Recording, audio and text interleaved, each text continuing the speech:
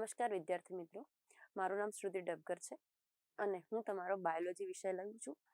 હવે આપણે આજે જે ચેપ્ટર નંબર 1 જે છે સપુષ્પી વનસ્પતિઓમાં લિંગી પ્રજનન.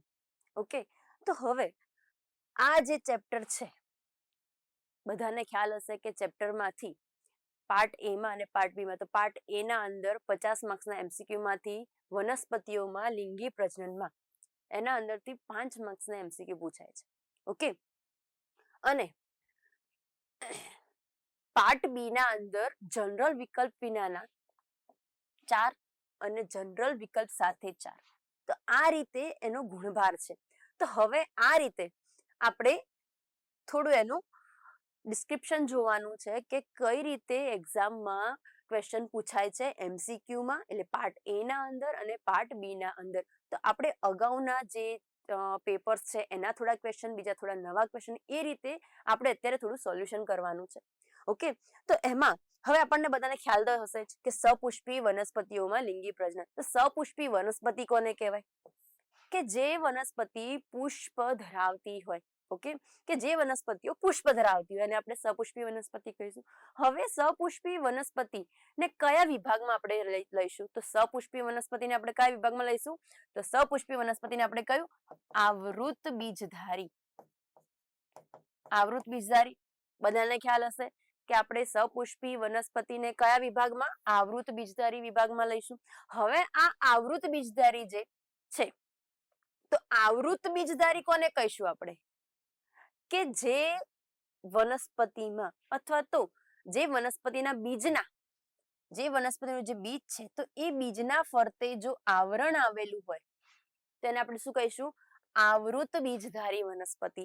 એ જ રીતે તમે અનાવૃત બીજધારી વનસ્પતિની વ્યાખ્યા પણ તમે આપી શકો છો કે જે વનસ્પતિના બીજના ફરતે આવરણ ન આવેલું હોય એને આપણે અનાવૃત બીજધારી વનસ્પતિ કહીશું. ઓકે, તો સિમ્પલ. સપુષ્પી વનસ્પતિઓમાં લિંગી પ્રજનન, તો સપુષ્પી વનસ્પતિ છે એમાં લિંગી પ્રજનનની વાત કરવામાં આવી છે આ ચેપ્ટરના અંદર. હવે એ ચેપ્ટરના આપણે થોડા એમસીક્યુ અને થોડા લોંગ ક્વેશ્ચન, શોર્ટ ક્વેશ્ચન આપણે થોડા જોવાના છે. ચલો જોઈએ.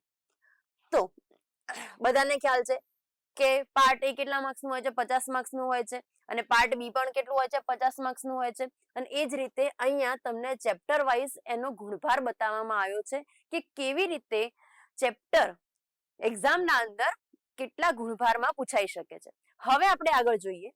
પહેલો ક્વેશ્ચન આપણે થોડા એમસીક્યુ જોઈ લઈએ કે આવૃત બીજધારી વનસ્પતિઓના ભ્રૂણપુટ માટે સાચો વિકલ્પ પસંદ કરો.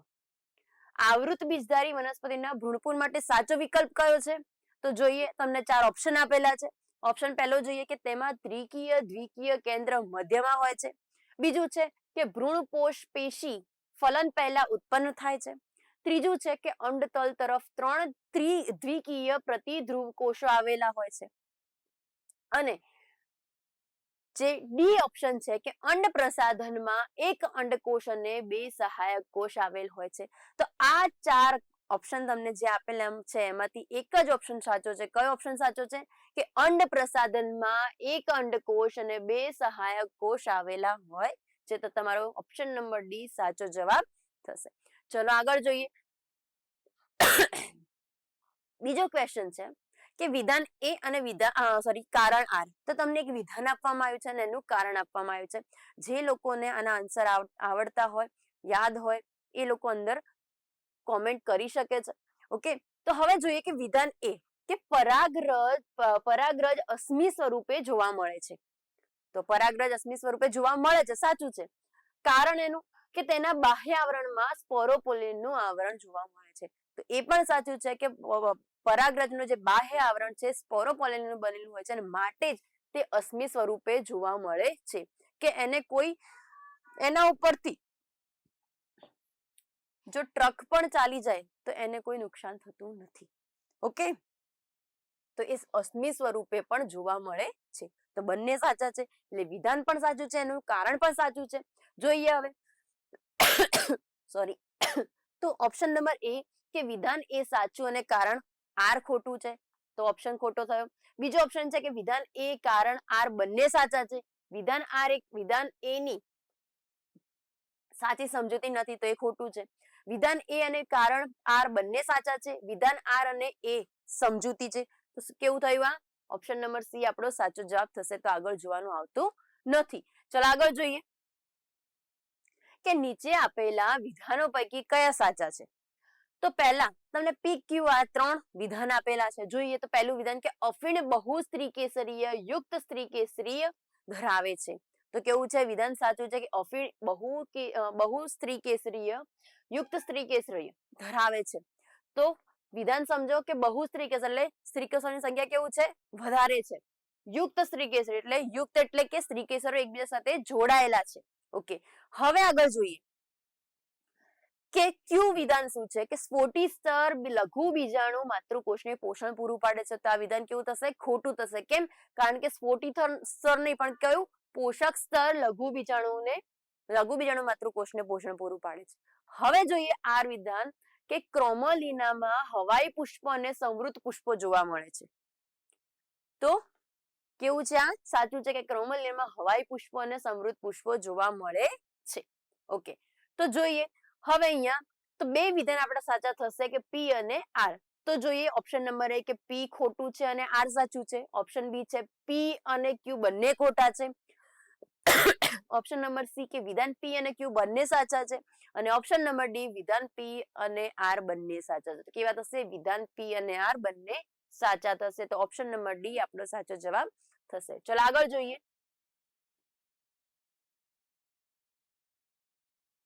કે કયા દ્રવ્યને કારણે પરાગરજ અશ્મિ તરીકે પણ લાંબો સમય રહે છે. આગળ જ આપણે જોઈ ગયા વિધાન અને કારણ વાળું જે ક્વેશ્ચન હતો એના અંદર આપણે જોઈ ગયા કે સ્પોરોપોલિનના કારણે પરાગરજ અશ્મિ સ્વરૂપે રહી શકે છે.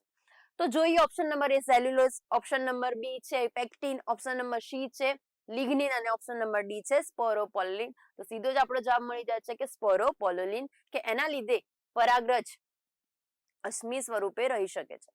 ચલો આગળ જોઈએ કે આવૃત બીજધારી વનસ્પતિઓનો લાક્ષણિક ભ્રૂણપુટ પુખ્તતાએ ખાલી જગ્યા અને ખાલી જગ્યા રચના ધરાવે છે.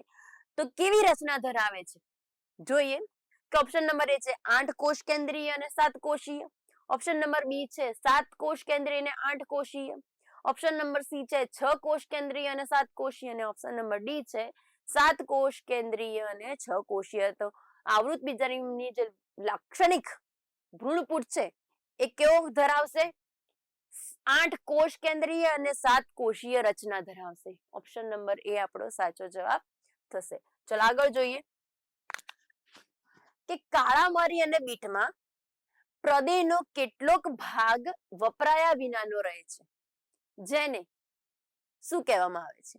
તો એ વપરાયા વિનાના ભાગને શું કહેવામાં આવે છે? જોઈએ ઓપ્શન નંબર એ બીજદેશેષ, ઓપ્શન નંબર બી છે આલ્બ્યુમિન મુક્ત, ઓપ્શન નંબર સી છે આલ્બ્યુમિન યુક્ત અને ઓપ્શન નંબર ડી છે ફલાવરણ. તો એ પ્રદેહનો જે કેટલો ભાગ વપરાયા વિનાનો રહે છે એને શું કહેવામાં આવે છે? બીજદેશેષ કહેવામાં આવે છે. ઓપ્શન નંબર એ આપણો સાચો જવાબ થશે. ચલો આગળ જોઈએ કે વનસ્પતિમાં અંડકોનું શેમાં રૂપાંતર થાય છે? તો વનસ્પતિમાં અંડકોનું શેમાં રૂપાંતર થાય છે? બીજના અંદર રૂપાંતર થાય છે. તો જોઈએ ઓપ્શન નંબર એ બીજમાં. તો પહેલો જ ઓપ્શન સાચો છે કે બીજના અંદર રૂપાંતર થાય છે. જોઈએ તો પણ આગળ ઓપ્શન છે ફળમાં, ભ્રૂણમાં કે ભ્રૂણકોષમાં. તો વનસ્પતિમાં અંડકનું રૂપાંતર શેમાં થાય છે? બીજમાં થતું હોય છે. ઓપ્શન નંબર એ આપણો સાચો જવાબ થશે. ચલો આગળ જોઈએ કે ખાલી જગ્યામાં પરાગરજ લાંબી અને પટ્ટીમય હોય છે. ખાલી જગ્યામાં પરાગરજ લાંબી અને પટ્ટીમય હોય છે. તો શેના અંદર? કઈ વનસ્પતિના અંદર પરાગરજ લાંબી અને પટ્ટીમય જોવા મળે છે? ઓપ્શન એ છે વેલેસ્નેરિયા, ઓપ્શન બી છે જાસૂત, ઓપ્શન સી છે કોમેલિના અને ઓપ્શન ડી છે દરિયાઈ ઘાસ. તો કઈ વનસ્પતિ છે કે જેના અંદર લાંબી અને પટ્ટીમય રચના જોવા મળે છે પરાગરજની? તો દરિયાઈ ઘાસ જે વનસ્પતિ જે છે એના અંદર પરાગરજ કેવી લાંબી અને પટ્ટીમય જોવા મળે છે. ચલો આગળ જોઈએ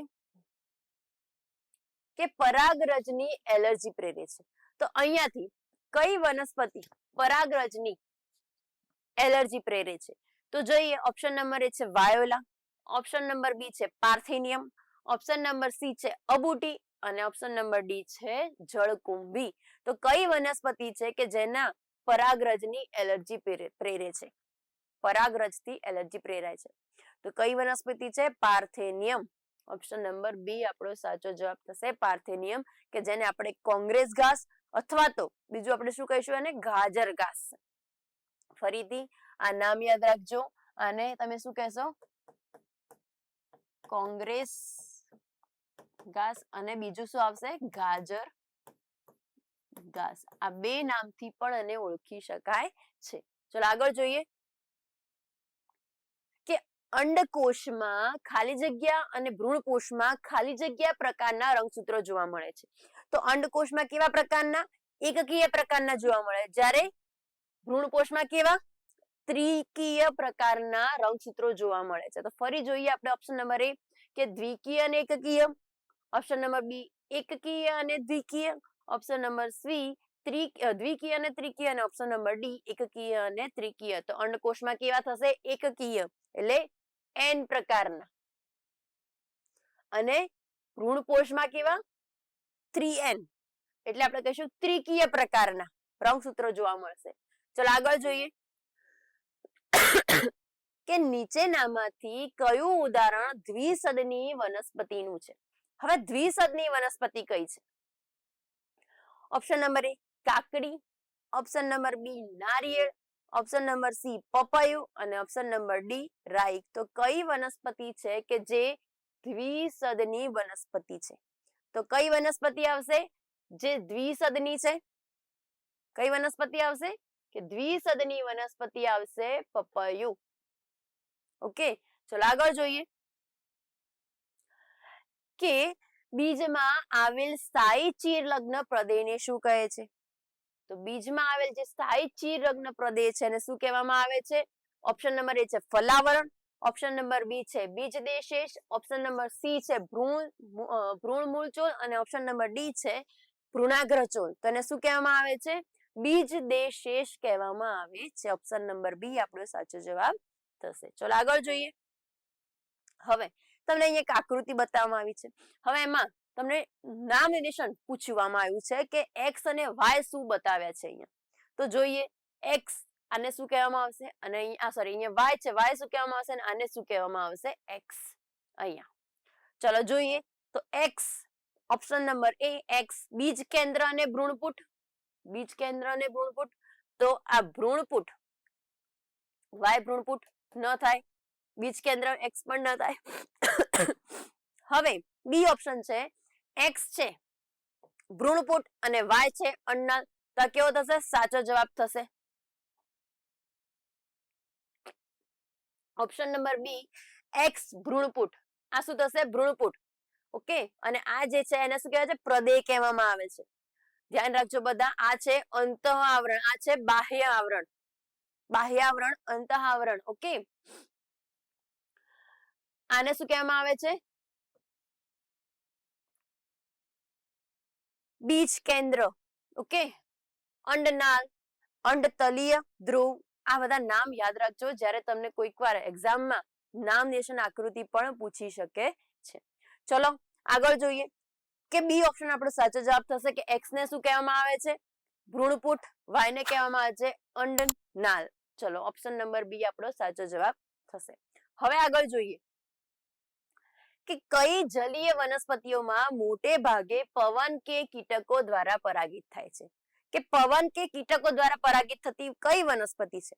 તો ઓપ્શન નંબર એ છે હાઇડ્રીલા, ઓપ્શન બી છે વેલેસનેરિયા, ઓપ્શન સી છે જોસ્ટેરા, ઓપ્શન ડી છે વોટર લીલી. તો કઈ વનસ્પતિ છે કે જેના અંદર મોટે ભાગે પવન અને કીટકો દ્વારા પરાગનયન થાય છે? તો વોટર લીલી કે જે જલીય વનસ્પતિ છે એના અંદર મોટે ભાગે પવન કે કીટકો દ્વારા પરાગિત થતા હોય છે પરાગરજ. ઓકે, ચલો આગળ જોઈએ. સોરી કે તરુણ પરાગાશયના આડા છેદમાં બીજાણુજનક પેશી પરિઘ વિસ્તાર તરફ જતા ગોઠવાયેલા વિભિન્ન સ્તરોનો સાચો ક્રમ દર્શાવતો વિકલ્પ પસંદ કરવાનો છે. તો સાચો ક્રમ દર્શાવતો વિકલ્પ કયો છે? તો આપણે દરેકને ખ્યાલ છે કે બીજાણુજનક પેશી છે એનો પરિઘ વિસ્તાર એટલે આપણે અંદરની જે રચના જોઈએ તો રચના કેવી હશે? તો સૌથી બહારનું જે સ્તર હશે એ કયું સ્તર હશે? અધિસ્તર. પછી અંદરનું જે સ્તર હશે 1, 2, 3 અને આ 4 આ ચોથું સ્તર થશે. તો સૌથી બહારનું સ્તર કયું હશે? અધિસ્તર. ઓકે, સૌથી બહારનું સ્તર અધિસ્તર. એના પછી અંદર જતા કયું સ્તર આવ્યા? સ્ફોટી સ્તર. ત્યારબાદ કયું સ્તર આવશે? મધ્ય સ્તર. અને એના પછી જે લાસ્ટમાં જે સ્તર આવે એને શું કહીશું આપણે? પોષક સ્તર. હવે તમને શું પૂછ્યું અહીંયા કે બીજાણુજનક પેશીથી પરિઘ વિસ્તાર તરફ જતા. તો બીજાણુજનક પેશી અંદર આવેલી હશે તો એનાથી પરિઘ વિસ્તાર તરફ જતા કયું સ્તર આવશે? તો સૌપ્રથમ કયું સ્તર આવે? પોષક સ્તર. સૌપ્રથમ પોષક સ્તર, ત્યારબાદ મધ્ય સ્તર, સ્ફોટી સ્તર અને અધિસ્તર. તો જોઈએ ઓપ્શન નંબર એ કે પોષક સ્તર, સ્ફોટી સ્તર, મધ્ય સ્તર, અધિસ્તર તો એ ન આવે. ઓપ્શન નંબર બી અધિસ્તર, મધ્ય સ્તર, સ્ફોટી સ્તર અને પોષક સ્તર એ પણ ન આવે. ઓપ્શન નંબર સી કે અધિસ્તર, સ્ફોટી સ્તર, મધ્ય સ્તર અને પોષક સ્તર તો એ પણ ના આવે. અને ઓપ્શન નંબર ડી પોષક સ્તર, મધ્ય સ્તર, સ્ફોટી સ્તર અને અધિસ્તર. તો ઓપ્શન નંબર ડી આપણો સાચો જવાબ થશે. ચલો આગળ જોઈએ કે નીચેના પૈકી કયો વિકલ્પ પરાગરજ માટે સાચો નથી? તો ઓપ્શન નંબર એ પરાગરજ 25 થી 50 માઇક્રોમીટર વ્યાસ ધરાવે છે. ઓપ્શન નંબર બી બાહ્ય આવરણ સ્પોરોપોલેનનું બનેલું છે. તો બંને વિધાન સાચા છે. આગળ હવે ઓપ્શન નંબર સી કે પરાગરજના બાહ્ય આવરણમાં સ્પષ્ટ છિદ્રો જોવા મળે છે જેને જનન છિદ્રો કહે છે. તો એ પણ સાચું છે. અને ઓપ્શન નંબર ડી કે જ્યારે પરાગરજ પરિપક્વ બને છે ત્યારે બે કોષો ધરાવે છે જે વાનસ્પતિક કોષ અને નરજન્યુ છે. તો આ વિધાન કેવું થશે? ખોટું થશે. ઓપ્શન નંબર ડી ખોટું વિધાન છે, માટે આન્સર આપણો કેવો છે? સાચો છે. હવે આગળ જોઈએ કે દ્વિસદની વનસ્પતિ ઓળખો. દ્વિસદની વનસ્પતિ કઈ છે? તો દ્વિસદની વનસ્પતિ આવશે ખજૂર. ઓપ્શન નંબર ડી કે ઓપ્શન નંબર એ છે કાકડી, ઓપ્શન નંબર બી છે નારિયેળ, ઓપ્શન નંબર સી છે કારા અને ઓપ્શન નંબર ડી છે ખજૂર. તો ખજૂર કેવી વનસ્પતિ છે? દ્વિસદની વનસ્પતિ છે. હવે જોઈએ આગળ કે જળકુંભી માટે સાચો વિકલ્પ પસંદ કરો. કે ઓપ્શન નંબર એ તેને ટેટર ઓફ બેંગાલ કહે છે. ઓપ્શન નંબર બી આ વનસ્પતિઓ કે જે તેમના સુંદર પુષ્પ માટે ભારતમાં લાવવામાં આવી છે. ઓપ્શન નંબર સી કે તે કીટક અને પવન દ્વારા પરાગિત થાય છે. તો ત્રણેય વિધાન કેવા છે? સાચા છે. તો ઓપ્શન નંબર ડી આપણો સાચો જવાબ થશે કે એ, બી અને સી ત્રણેય વિધાનો કેવા છે? સાચા છે. આગળ જોઈએ કે એક સદની વનસ્પતિ કઈ છે? ઓપ્શન નંબર એ છે પપૈયા, ઓપ્શન નંબર બી છે નારિયેળ, ઓપ્શન નંબર સી છે માર્કેન્સિયા અને ઓપ્શન નંબર ડી છે ખજૂર. હવે તમને એ પૂછવામાં છે એક સદની વનસ્પતિ. તો એક સદની વનસ્પતિ કઈ થશે? નારિયેળ, કે જે એક સદની વનસ્પતિ છે. હવે જોઈએ આગળ કે નીચે આપેલા પૈકી કઈ વનસ્પતિમાં નર પુષ્પ અને માદા પુષ્પ અલગ અલગ છોડ પર હોય છે? નર પુષ્પ અને માદા પુષ્પ બંને કેવા હોય છે? અલગ અલગ છોડ પર હોય છે. તો નર પુષ્પનો અલગ છોડ હશે ને માદા પુષ્પનો અલગ છોડ હશે. તો જોઈએ ઓપ્શન નંબર એ પપૈયું, ઓપ્શન નંબર બી છે નારિયેળ, ઓપ્શન નંબર સી છે સૂર્યમુખી અને ઓપ્શન નંબર ડી છે દિવેલા. તેવી કઈ વનસ્પતિ છે કે જેના અંદર નર પુષ્પ અને માદા પુષ્પ બંને અલગ અલગ છોડ પર આવેલા હોય છે? તેવી એક જ વનસ્પતિ છે આમાં પપૈયું, કે જેમાં નર છોડ અને માદા છોડ અલગ અલગ હોય છે. નર પુષ્પ અને માદા પુષ્પ બંને અલગ અલગ છોડ પર જોવા મળે છે. ચલો આગળ જોઈએ કે નીચે આપેલા પૈકી કઈ પદ્ધતિ કાર્યાત્મક રીતે પરાગનયન છે જ્યારે જનીનિક દ્રષ્ટિએ સ્વફલન સાથે સમાનતા ધરાવે છે? ઓપ્શન નંબર એ છે પરવશ, ઓપ્શન નંબર બી છે ઘાઇટેનોગેમી, ઓપ્શન નંબર સી છે સ્વફલન અને ઓપ્શન નંબર ડી છે એક પણ નહીં. તો અહીંયા શું પૂછવામાં આવ્યું છે કે કઈ પદ્ધતિ કાર્યાત્મક રીતે પરપરાગનયન છે જ્યારે જનીનિક દ્રષ્ટિએ સ્વફલન સાથે સમાનતા ધરાવે છે? તો તમને ત્રણ પદ્ધતિઓ ખબર હોવી જોઈએ. તો કઈ છે? પહેલી છે ઓટોગેમી. તો ઓટોગેમી ના અંદર શું આવશે? તો ઓટોગેમી ના અંદર વનસ્પતિ એક અને પુષ્પ પણ, આ પુષ્પ પણ એક. તો આના અંદર જ પરાગનયન થશે. એને શું કહીશું? સ્વફલન કહીશું આપણે. હવે બીજા નંબરે આવે છે ગોઇટેનોગેમી, કે જેના અંદર શું થશે, વનસ્પતિ એક પણ પુષ્પ કેવું થશે, આ એક પુષ્પ છે અને આ બીજું પુષ્પ છે, તો આ બે પુષ્પ છે તો એકનું પરાગાશય અને બીજાનું પરાગાસન, તો બંને આ પુષ્પની પરાગરજ પરાગાશય પરથી ક્યાં હશે, બીજા પુષ્પના પરાગાસન પર સ્થાપિત થશે. તો આ જે પ્રક્રિયા થશે કઈ થશે, ગોઇટેનોગેમી થશે. ઓકે, હવે ત્રીજું જે આવે છે ઝેનોગેમી. તો ઝેનોગેમીના અંદર શું હોય છે, તો ઝેનોગેમીના અંદર હોય છે કે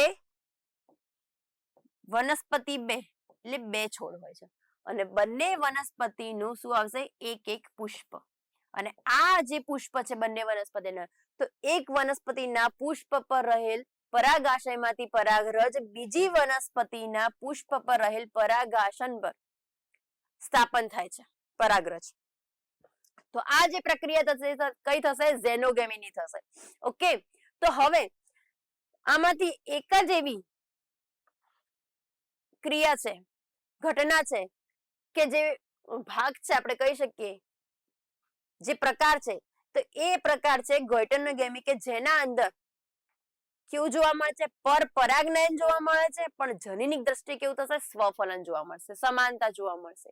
કેવી રીતે, કારણ કે આ વનસ્પતિ એક છે એટલે એની જનીનિક દ્રષ્ટિએ આપણે શું જોઈશું, એ કેવું થશે, જનીનિક દ્રષ્ટિએ સ્વફલન થયું કહેવાશે, પરંતુ પુષ્પ બદલાઈ જાય છે માટે કેવું થશે, પરપરાગનયન થશે, કે એક પુષ્પ પરથી બીજા પુષ્પ પર જાય છે, તો કાર્યાત્મક રીતે કેવું થશે, પરપરાગનયન, પણ જનીનિક રીતે કેવું થશે, આ સ્વફલન થશે. તો ઓપ્શન નંબર બી આપણો સાચો જવાબ થશે, ગોઇટેનોગેમી. હવે આગળ જોઈએ કે સફરજન વનસ્પતિના મૂલાગ્રમાં રંગસૂત્રની સંખ્યા કેટલી છે, 34. સફરજન વનસ્પતિના મૂલાગ્રમાં રંગસૂત્રની સંખ્યા 34 છે. તે જ વનસ્પતિના મહાબીજાણુ માતૃકોષમાં રંગસૂત્રોની સંખ્યા જણાવો. તો મહાબીજાણુ માતૃકોષમાં રંગસૂત્રોની સંખ્યા કેટલી હશે, તો દરેક ધ્યાન રાખો કે સફરજન વનસ્પતિ એટલે વનસ્પતિના મૂલાગ્રમાં રંગસૂત્રોની સંખ્યા જેટલી હશે એટલી જ એના મહાબીજાણુ માતૃકોષમાં રંગસૂત્રોની સંખ્યા હશે. તો અહીંયા 34 છે, તો અહીંયા મહાબીજાણુ માતૃકોષના રંગસૂત્રોની સંખ્યા પણ કેટલી હશે, 34 જ જોવા મળશે. તો ઓપ્શન નંબર સી આપણો સાચો જવાબ થશે. ચલો આગળ જોઈએ કે નીચે આપેલા પૈકી કયું બીજ આલ્બ્યુમિન યુક્ત હોય છે, આલ્બ્યુમિન મુક્ત હોય છે, સોરી. તો ઓપ્શન નંબર એ છે મકાઈ, ઓપ્શન નંબર બી છે દિવેલા, ઓપ્શન નંબર સી છે જવ અને ઓપ્શન નંબર ડી છે મગફળી. તો કઈ વનસ્પતિ આવશે કે જેના અંદર બીજ કેવું હોય છે, આલ્બ્યુમિન મુક્ત હોય છે, તો ઓપ્શન નંબર ડી મગફળી કે એવી વનસ્પતિ છે કે જેના અંદર બીજ છે કે જેના અંદર આલ્બ્યુમિન મુક્ત હોય છે. ચલો આગળ જોઈએ. હવે તમને એક આકૃતિ બતાવવામાં આવી છે અને નિર્દેશન પૂછવામાં આવ્યું છે કે જે અહીંયા x છે એ શું છે, જોઈએ. તો ઓપ્શન નંબર એ છે અંતઃફલાવરણ, ઓપ્શન નંબર બી છે મધ્ય ફલાવરણ અને ઓપ્શન નંબર સી છે બાહ્ય ફલાવરણ અને ઓપ્શન નંબર ડી છે પુષ્પાસન. ઓકે, તો અહીંયા તો આ કયો ભાગ થશે, પુષ્પાસનનો ભાગ થશે અને જે તમને 3 ફલાવરણ બતાવે છે આ 3 ફલાવરણ થશે. ઓકે, સોરી, અહીંયા તો આ 3 ફલાવરણ થશે કે કયું થશે, અંતઃફલાવરણ, મધ્ય ફલાવરણ અને બાહ્ય ફલાવરણ. ઓકે, તો હવે આગળ જોઈએ તો x શું થશે આપણું, પુષ્પાસન. ઓપ્શન નંબર ડી આપણો સાચો જવાબ થશે. ચલો આગળ જોઈએ કે આપેલ આકૃતિ મહાબીજાણુ જનન દર્શાવે છે, તેમાં x y માટે અનુક્રમ પ્લોઈડી કઈ હશે, જોઈએ. તો અહીંયા x કઈ પ્લોઈડી ધરાવતો હશે અને y કઈ પ્લોઈડી ધરાવતો હશે, તો જોઈએ. ઓપ્શન નંબર એ છે 2n અને n, ઓપ્શન નંબર બી છે 3n અને n, ઓપ્શન નંબર સી છે n અને 2n અને ઓપ્શન નંબર ડી છે n અને n. તો આ કેવા થશે, આ 2n પ્રકારના થશે, જ્યારે આ કેવા થશે, n પ્રકારના થશે. Okay, option number B sorry option number A આપણો સાચો જવાબ થશે.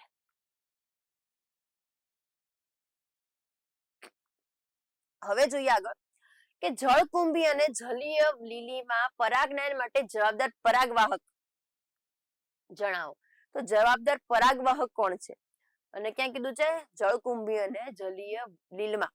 તો ઓપ્શન નંબર એ છે કીટકો અને પાણી, ઓપ્શન નંબર બી છે કીટકો અને પવન, ઓપ્શન નંબર સી છે પવન અને પાણી, અને ઓપ્શન નંબર ડી છે માત્ર પાણી. તો શું આવશે? કીટકો અને પવન. ઓપ્શન નંબર બી આપણો સાચો જવાબ થશે. ચલો આગળ જોઈએ કે આવૃત બીજધારી વનસ્પતિમાં વ્યંધીકરણ માટે શું સાચું છે? જોઈએ ઓપ્શન નંબર 1 કે દલપત્રો દૂર કરવામાં આવે છે. તો ખોટું, દલપત્રોને દૂર કરવામાં આવતા નથી. ઓપ્શન નંબર બી છે પરાગ વાહિનીને દૂર કરવામાં આવે છે. તો એ પણ ખોટું છે કે પરાગ વાહિનીને દૂર કરવામાં આવતી નથી. અને ઓપ્શન નંબર સી છે પરાગાશયને દૂર કરવામાં આવે છે. અને ઓપ્શન નંબર ડી છે વજ્રપત્રોને દૂર કરવામાં આવે છે. તો પરાગાશયને દૂર કરવામાં આવે છે, વજ્રપત્રોને દૂર કરવામાં આવતા નથી. તો ઓપ્શન નંબર સી આપણો સાચો જવાબ થશે કે વ્યંધીકરણની જે પ્રક્રિયા છે એના અંદર પરાગાશયને દૂર કરવામાં આવે છે. આગળ જોઈએ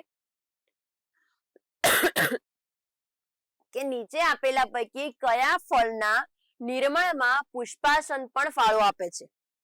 નીચે આપેલા પૈકી કયા ફળના નિર્માણમાં પુષ્પાસન પણ ફાળો આપે છે? તો ઓપ્શન નંબર એ છે ચીકુ, ઓપ્શન નંબર બી છે સ્ટ્રોબેરી, ઓપ્શન નંબર સી છે કેરી, ઓપ્શન નંબર ડી છે નારંગી. તો કયું એવું ફળ છે કે જેના નિર્માણમાં પુષ્પાસન પણ ફાળો આપે છે? તો અહીંયા એક જ એવું ફ્રૂટ છે કે જેના અંદર પુષ્પાસન પણ ફાળો આપે છે. તો ઓપ્શન નંબર બી સ્ટ્રોબેરી કે જે ફળના નિર્માણમાં પુષ્પાસન પણ ફાળો આપે છે. ચલો આગળ જોઈએ કે લઘુ બીજાણુધાનીની દિવાલનું કયું સ્તર વિકસિત પરાગરજને પોષણ પૂરું પાડે છે? તો ઓપ્શન નંબર એ છે મધ્ય સ્તર, ઓપ્શન નંબર બી છે અધિસ્તર, ઓપ્શન નંબર સી છે સ્ફોટી સ્તર અને ઓપ્શન નંબર ડી છે પોષક સ્તર. તો અહીંયા એક શબ્દ કોઈ ધ્યાનથી સમજે, જોવે તો ખ્યાલ આવી જાય કે પોષણ કોણ પૂરું પાડશે? પોષક સ્તર. તો ઓપ્શન નંબર ડી પોષક સ્તર. ચલો ઓકે, હવે આ જે એમસીક્યુ હતા કે જે તમારી બોર્ડની એક્ઝામમાં પૂછાઈ શકે અથવા તો પૂછાઈ ગયેલા આગળના જે તમારા જે બોર્ડના જે પેપર્સ છે એના થોડા ક્વેશ્ચન છે. ઓકે, તો હવે પાર્ટ એ ના અંદર એમસીક્યુ આ રીતે પૂછાઈ શકે છે. હવે આપણે જોઈશું પાર્ટ બી. તો પાર્ટ બી ના અંદર બધાને ખ્યાલ છે કે 2 માર્ક્સના ક્વેશ્ચન, 3 માર્ક્સના ક્વેશ્ચન અને 4 માર્ક્સના ક્વેશ્ચન આ રીતે પૂછાતા હોય છે. તો હવે એના અંદર આપણે જોઈશું 2 માર્ક્સના ક્વેશ્ચન. તો 2 માર્ક્સના જે ક્વેશ્ચન આવે છે, ઓકે, તો એના અંદર કઈ ટાઈપના ક્વેશ્ચન પૂછાઈ શકે છે જોઈએ આપણે. તો પહેલો ક્વેશ્ચન છે કે પુષ્પની માનવી સાથેની તાદમ્યતા સમજાવો. હવે પુષ્પની માનવી સાથેની તાદમ્યતા એટલે પુષ્પ અને પુષ્પની માનવી સાથેની તાદમ્યતા એટલે પુષ્પ માનવીને કઈ કઈ જગ્યાએ ઉપયોગી છે એના વિશે આપણે અહીંયા થોડું લખવાનું છે. આ ક્વેશ્ચન કેવો છે? 2 માર્ક્સનો ક્વેશ્ચન છે. ઓકે, તો માટે અહીંયા શું લખ્યું છે? પુષ્પની માનવી સાથેની તાદમ્યતા. તો દરેકને ખ્યાલ છે કે પુષ્પ ક્યાં ક્યાં વપરાય છે. તો આપણે એવી કોઈ ઘરનો કોઈ આપણે વાત કરીએ કે કોઈ પ્રસંગ છે, સારો ખોટો જે પ્રસંગ આવે છે દરેકના ઘરમાં, કોઈ હવન થાય છે, કોઈ પૂજા થાય છે, ઓકે, તો દરેકના ઘરમાં અથવા તો કોઈ બી જગ્યાએ આપણે કોઈ પ્રસંગમાં જઈએ તો પુષ્પનો ઉપયોગ થાય છે. ઓકે, તો આવી રીતે કઈ કઈ ઘણા લોકો સુશોભન માટે પણ પુષ્પનો ઉપયોગ કરતા હોય છે. તો આ રીતે માનવીની પુષ્પ સાથેની તાદમ્યતાનો આપણે સમજાવવાની છે અહીંયા. ઓકે, હવે આ કયો છે? 2 માર્ક્સનો ક્વેશ્ચન. આગળ જોઈએ બીજો એક ક્વેશ્ચન કે ફ્લોરીકલ્ચર એટલે પુષ્પાદા વિદ્યા એટલે શું? તો હવે ફ્લોરીકલ્ચર એટલે શું? ફ્લોરીકલ્ચર એટલે શું? ફ્લોરીકલ્ચર એટલે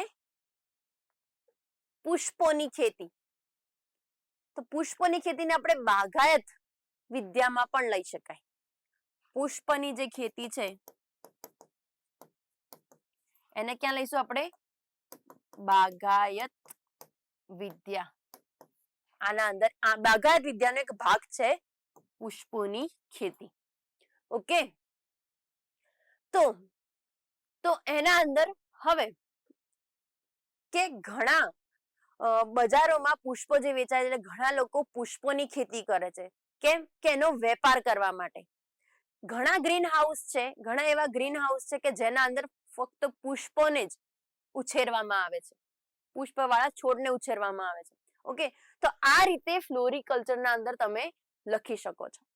હવે આગળ જોઈએ બીજો ક્વેશ્ચન કે જે આ પણ તમને 2 માર્ક્સમાં પૂછાઈ શકે છે કે લઘુ બીજાણુ જનન અને મહાબીજાણુ જનન વચ્ચેનો તફાવત. તો લઘુ બીજાણુ જનન અને મહાબીજાણુ જનન બંને વચ્ચેનો તફાવત. તો તફાવત જરૂરી નથી કે આ જ તફાવત પૂછી શકે, બીજા ઘણા એવા તફાવત છે. તમને પૂછી શકાય કે ઉપરાક્ષ અને અધરાક્ષ આ બંને વચ્ચેનો તફાવત આપો. પછી બીજું છે કે બીજું આવી શકે કે પુંકેસર અને સ્ત્રીકેસર વચ્ચેનો તફાવત. પુંકેસર અને સ્ત્રીકેસર. બીજું આવે કે ભ્રૂણાગ્ર ચોલ અને ભ્રૂણ મૂળચોલ આ બંને વચ્ચેનો તફાવત આપો. તો આ રીતે તમને કેટલાક એવા તફાવત પૂછાઈ શકે છે 2 માર્ક્સના ક્વેશ્ચનમાં. ઓકે, તો 2-3 મુદ્દા તમે 2 માર્ક્સનો ક્વેશ્ચન એટલે તમારે ઓલરેડી તમારે 2 થી 4 મુદ્દા લખવા જરૂરી છે. ઓકે, કે મહાબીજાણુ જનન. તો મહાબીજાણુ જનન થાય છે તેના નિર્માણના અંતે શું ઉત્પન્ન થાય છે? સોરી, લઘુ બીજાણુ જનન થાય છે તો લાસ્ટમાં નિર્માણમાં અને નિપજમાં શું મળે છે? લઘુ બીજાણુ. લઘુ બીજાણુ અથવા તો આપણે કહી શકીએ પરાગરજ નું નિર્માણ થાય છે. જ્યારે મહાબીજાણુના મહાબીજાણુ જનનમાં એના જે લાસ્ટમાં જે નિપજ મળે છે કઈ હોય છે? મહાબીજાણુ. ઓકે, હવે તમને આગળ શું પૂછવામાં છે કે આ ઘટના દરમિયાન કયા પ્રકારનું વિભાજન થાય છે? તો કયા પ્રકારનું વિભાજન થાય છે? અર્ધીકરણ. અર્ધીકરણ પ્રકારનું વિભાજન થાય છે. આગળ શું પૂછ્યું છે કે આ ઘટનાઓના અંતે નિર્માણ પામતી રચનાઓના નામ આપો. તો નિર્માણ પામતી રચનાઓ કઈ છે? આજ કે શું ઉત્પન્ન થાય છે? લઘુ બીજાણુ. ક્યારે? મહાબીજાણુ સોરી લઘુ બીજાણુ જનનના અંતમાં શું ઉત્પન્ન થાય છે? લઘુ બીજાણુ અથવા તો પરાગરજ. જ્યારે મહાબીજાણુના અંતમાં શું ઉત્પન્ન થાય છે? મહાબીજાણુ. ઓકે, હવે આગળ નેક્સ્ટ ક્વેશ્ચન જોઈએ આપણે. ઓકે, તો હવે હશે 3 માર્ક્સના ક્વેશ્ચન.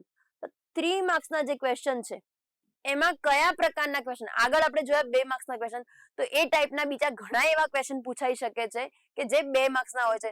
તમને પૂછાઈ શકે છે કે પુંકેસર વિશે ટૂંકમાં માહિતી આપો, અથવા તો સ્ત્રીકેસર વિશે ટૂંકમાં માહિતી, અથવા તો તમને એમ પણ પૂછાઈ શકે છે કે પુષ્પના મુખ્ય ભાગો વિશે માહિતી આપો અથવા તો સમજૂતી આપો. એ કે 2 માર્ક્સના ક્વેશ્ચનમાં તમને આ ક્વેશ્ચન પૂછાઈ શકે છે કે પુષ્પના વિવિધ ભાગો વિશે માહિતી આપો અથવા તો સમજૂતી આપો. અથવા તો આગળ જોઈએ ચલો આપણે કે પ્રશ્નો 3 માર્ક્સના 3 ગુણના કેવા હોય છે.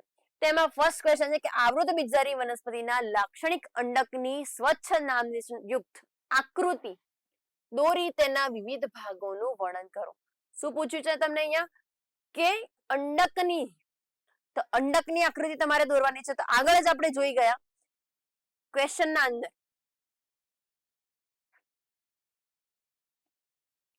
તમને અહીંયા અંડકની આકૃતિ બતાવવામાં આવી છે અને આ અંડકની આકૃતિમાં તમારે નામ નિર્દેશન કરવાનું છે. અને નામ નિર્દેશન કર્યા પછી તમારે કઈ જગ્યાએ કયા સ્થાને કયો ભાગ આવેલો છે એ તમારે એ ભાગ વિશે થોડું ટૂંકમાં લખવાનું રહેશે. તો આ પ્રકારનો ક્વેશ્ચન તમને 3 માર્ક્સમાં પૂછાઈ શકે છે. ઓકે,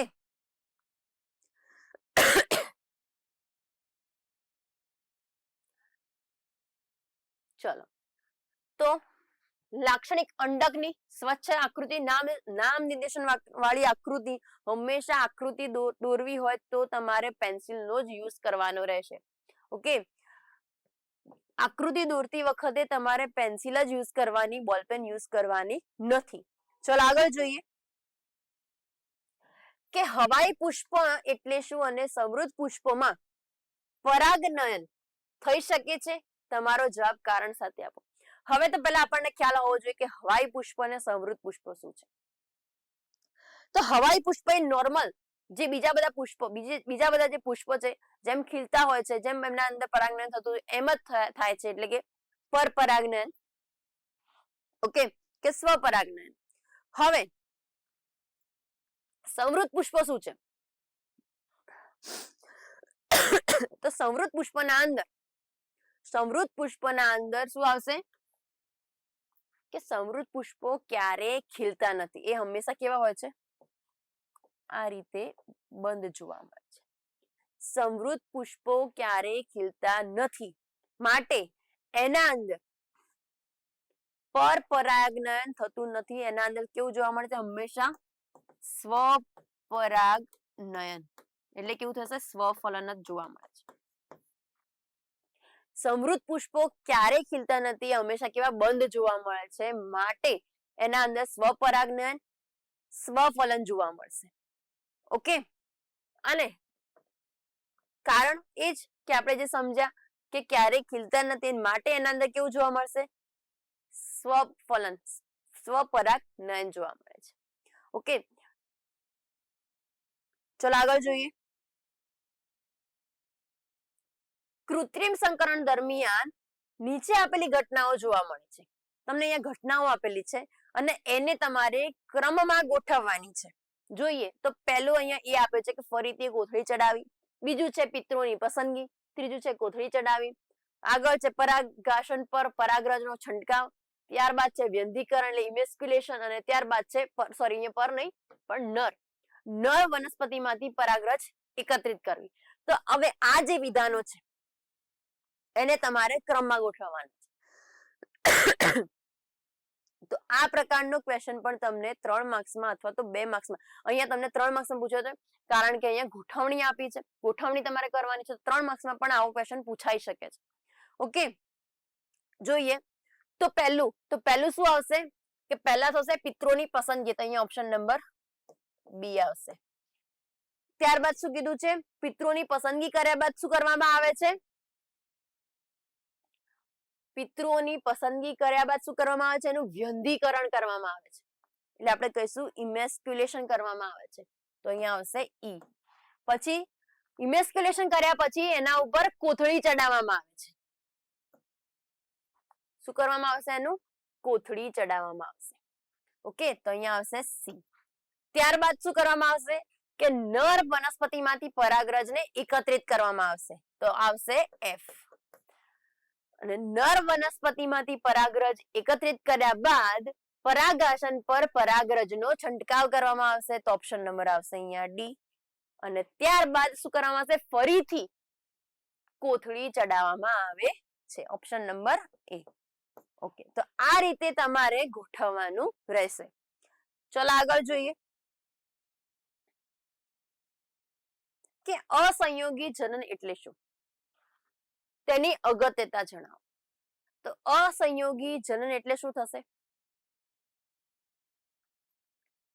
અસંયોગી ચલન એટલે આપણે કહી શકીશું કે અર્ધીકરણ અથવા તો ફલન વગર, અર્ધીકરણ અને ફલન વગર બીજની રચના થવી, એને શું કહીશું આપણે? અસંયોગી જનન. અને એની અગત્યતામાં કે એ બીજનું કઈ રીતે ઉપયોગ થાય છે, ઓકે, ક્યાં ઉપયોગ થાય છે, એ આપણે એના વિશે લખવાનું રહેશે. ચલો આગળ જોઈએ. બહુભ્રૂણતા એટલે શું? તો બહુભ્રૂણતા એટલે શું થશે? બહુભ્રૂણતા એટલે શું? તો બહુભ્રૂણતા એટલે કે બહુભ્રૂણતા કે જેમના અંદર એક જ બીજમાંથી એક કરતા વધારે ભ્રૂણ નો વિકાસ થાય છે, વધારે ભ્રૂણ ઉત્પન્ન થવાની જે ઘટના છે એને શું કહેવામાં આવે છે? બહુભ્રૂણતા કહેવામાં આવે છે. એને કેવી રીતે ઉપયોગ કરવામાં આવે છે એનો? અહીંયા તમે એ પણ લખી શકો છો કે આ જે પદ્ધતિ છે આના અંદર કેવા બીજ મળે છે? સંકરિત બીજ મળે છે. ઓકે, આ પદ્ધતિથી કેવા સંકરિત બીજ મળે છે. સંકરિત બીજની ખેતી કેવી હોય છે? ખર્ચાળ હોય છે. પણ આ પદ્ધતિના કારણે કેવી બની જાય છે? ઓછી ખર્ચાળ બને છે. ઓકે, ચલો આગળ જોઈએ અહીંયા કે બહુભ્રૂણતા કે તેનો વ્યાપારિક રીતે ઉપયોગ કેવી રીતે કરી શકાય છે. તો એક બીજમાંથી એક જ બીજમાંથી વધુ પડતા વધારે ભ્રૂણનું નિર્માણ થવાથી આપણે વધારે વનસ્પતિઓ ઉગાડી શકીએ છીએ અને વધારે વનસ્પતિઓની ખેતી કરી શકતી હોવાથી એનું ઉત્પાદન પણ કેવું મળે છે? વધારે મળે છે. તો ઉત્પાદકતા કેવી મળશે? વધારે મળશે. ઓકે, તો આ રીતે તમે એને ડિફાઇન કરી શકો છો. ચલો આગળ જોઈએ 4 માર્ક્સના ક્વેશ્ચન. તો હવે 4 માર્ક્સના ક્વેશ્ચન કઈ ટાઈપના હોય છે જોઈએ કે હવાઈ સંપૂર્ણ ખીલતા ખુલ્લા પુષ્પમાં શક્યતઃ પરાગનયનના પ્રકારો જણાવો અને તેના માટેના કારણો આપો. તો આગળ આપણે એમસીક્યુ ના અંદર જોઈ ગયા કે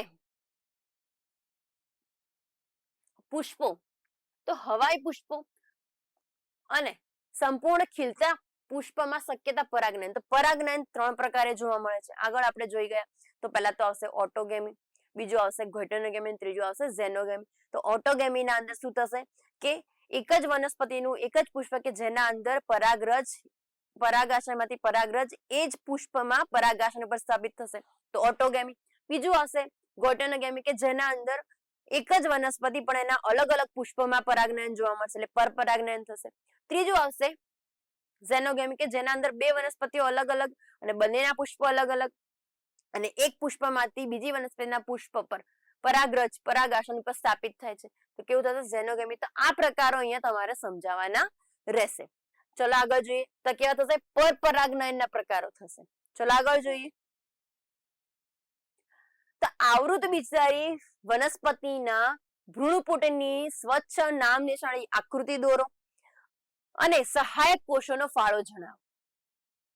તો તમને શું કીધું છે કે ભ્રૂણપુટની આકૃતિ, તો તમારે ભ્રૂણપુટની આકૃતિ દોરવાની રહેશે આ રીતે. તેમાં અહીંયા કેવા પ્રતિધ્રુવીય કોષો, અહીંયા આવશે કોષ કેન્દ્રીય કોષ, દ્વિકીય કોષ અને અહીંયા આવશે સહાયક કોષો અને અંડકોષ કે જ્યારે અહીંયા આવશે તંતુમય પ્રસાધન કે જે પરાગનલિકાને સહાયક કોષો તરફ જવામાં શું કરે છે? મદદરૂપ કરે છે. તો અહીંયા તમારે ભ્રૂણપુટની આ રીતે નામ નિશાનવાળી આકૃતિ દોરવાની છે. ત્યારબાદ શું કીધું છે કે સહાયક કોષોનો ફાળો, તો હમણાં જ મેં વાત કરી કે સહાયક કોષો, તો અહીંયા શું જોવા મળે છે? તંતુમય પ્રસાધન જોવા મળે છે કે જેને તંતુ ઘટક પેશી પણ આપણે કહીએ છીએ.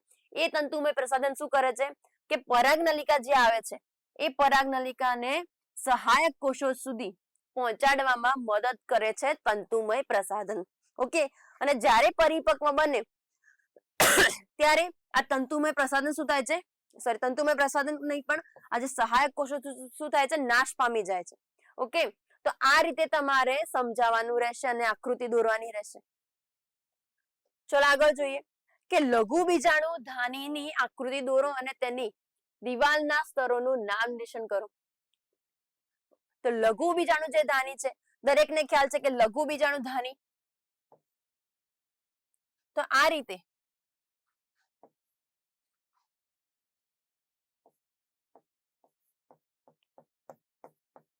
તો આ આવશે, સોરી અહીંયા આવશે કયું સ્તર આવશે? આ અધિસ્તર, સ્ફોટી સ્તર, મધ્ય સ્તર ને આવશે પોષક સ્તર. ઓકે, તો અહીંયા જે પોષક કોષો છે, જે લઘુ બીજાણુ માતૃકોષ છે, એને પોષણ કોણ પૂરું પાડશે? અહીંયા રહેલ જે પોષક સ્તર છે પોષણ પૂરું પાડે છે.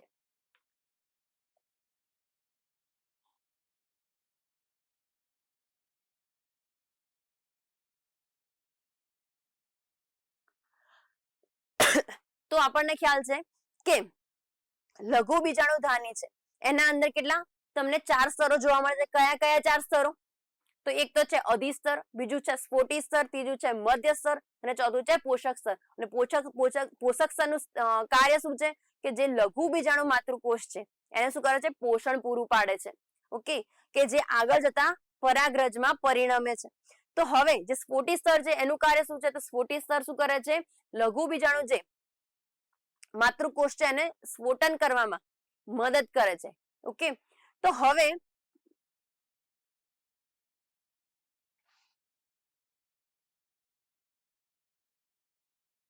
અહીંયા